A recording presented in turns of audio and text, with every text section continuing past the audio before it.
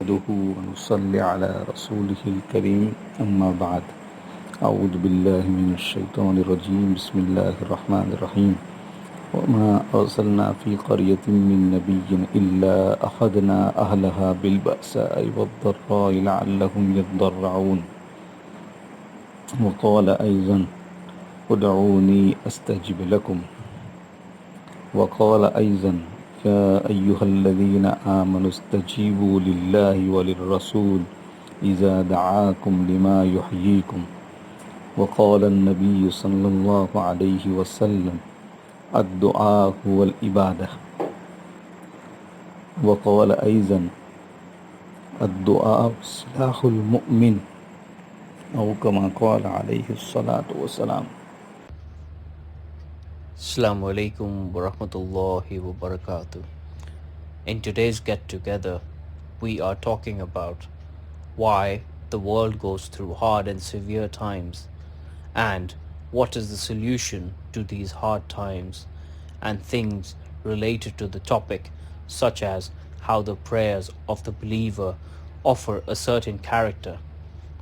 What effects do they have is what we will focus on in today's lecture. My dear believers, Allah subhanahu wa ta'ala has created this world and made it colorful. But this world has its own dichotomies. Sometimes the times are good, sometimes bad. Sometimes there is happiness, sometimes sadness, sometimes health, and sometimes illness, sometimes comfort, sometimes discomfort and trouble, sometimes glad tidings, etc. In short, the world is a collection of contradictory things. Here, man is faced with different circumstances, but because the world is a mortal place, therefore nothing is permanent here. The situation of things keeps changing on a day-to-day basis, just like the weather changes every day. Sometimes it's cold, sometimes it's hot. Similarly, even the lives of the people, there is constant change, and this change keeps happening. When man stops fulfilling the commands and obligations of Allah subhanahu wa ta'ala and he begins to disobey Allah subhanahu wa ta'ala, when he becomes a victim of excessiveness, moves away from the straight path or path of truth, then he is put to trials, such that he refrains himself from the disobedience of Allah subhanahu wa ta'ala, and that he becomes as per the will of Allah and puts his life back on the practice of Quran and Sunnah.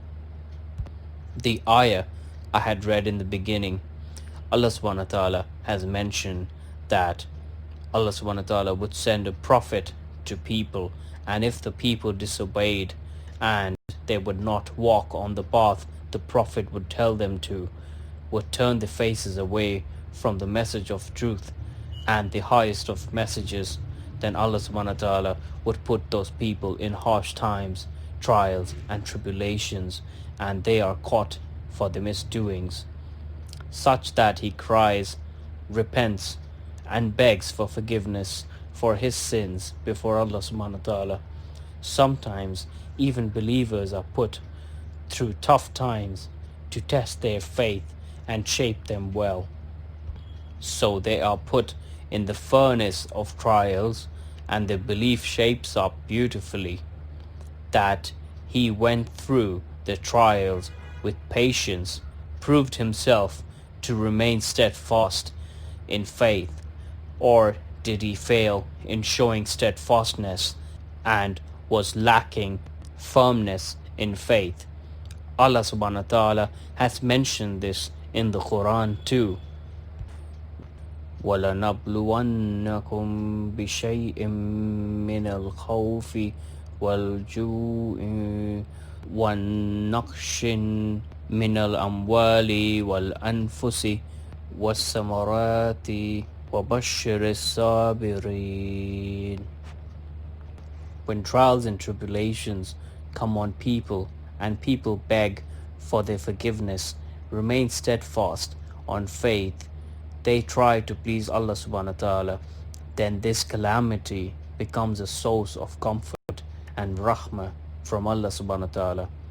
But if those group of people who, despite the difficult times by Allah subhanahu wa ta'ala, continue their ignorance, continue their disobedience, continue their old ways, remain far from the message of Allah subhanahu wa ta'ala, then these trials become a source of great and severe trials.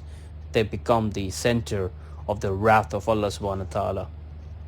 Epidemics and ailments are sent from Allah subhanahu wa ta'ala and are a ni'mah for the people, just like health and well-being is a ni'mah of Allah subhanahu wa ta'ala. Similarly, diseases and sickness too are a blessing from Allah subhanahu wa ta'ala. It is a different subject out of human nature. People do not like diseases and illness. Even in the hadith, it is mentioned that a believer's affairs are a unique matter.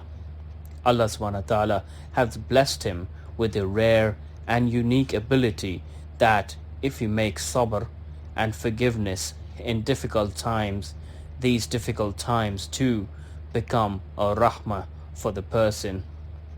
And if a person is blessed with health, happiness, glad tidings, good circumstances and good situations, if the person makes shukr, then this too is a big blessing for him.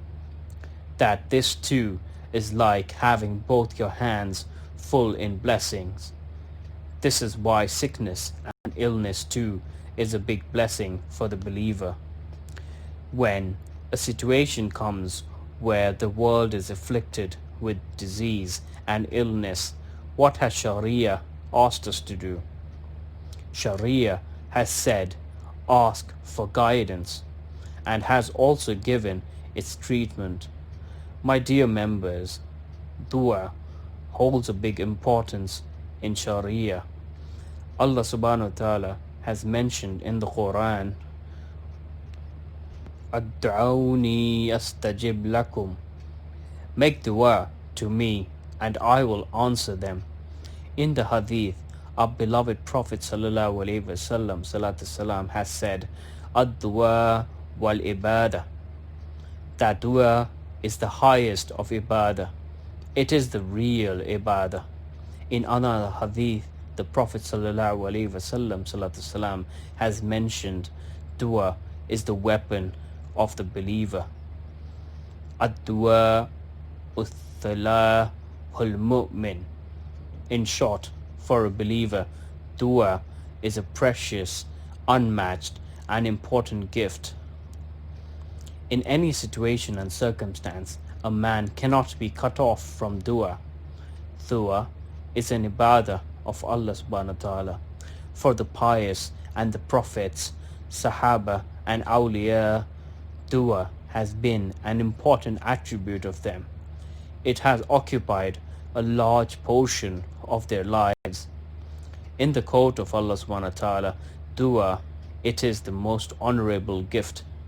The Prophet sallallahu alaihi wasallam said, in the eyes of Allah subhanahu wa ta'ala, above dua, there is nothing more honorable.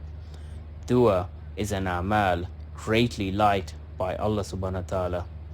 The Prophet sallallahu alaihi wasallam has said in the hadith, the one who does not make dua to Allah subhanahu wa ta'ala, he puts his wrath on him and gets angry at him.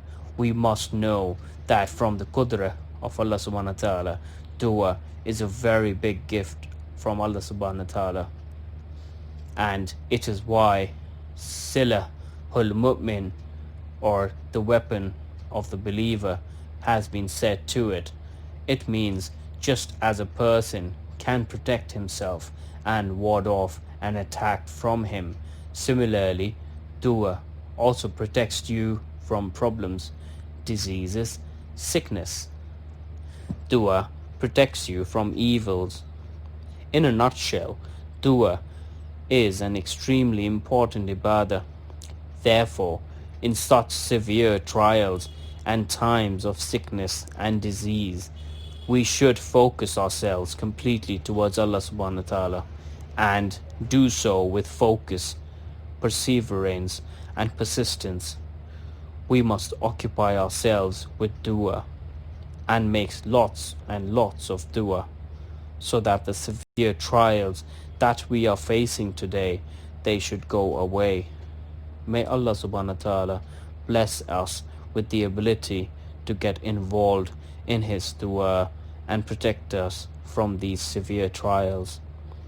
Assalamu alaikum wa rahmatullahi wa barakatuh.